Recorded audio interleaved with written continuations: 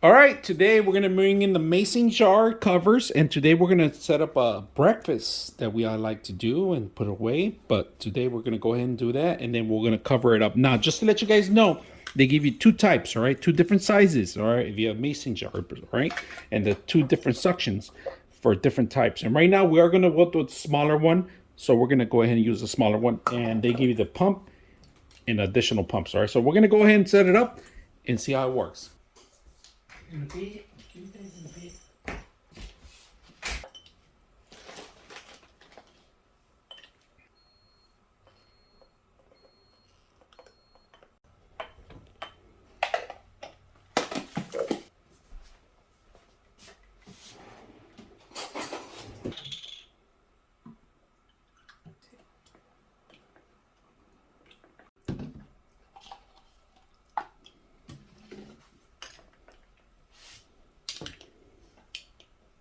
Because you add like milk and yogurt for like the creaminess.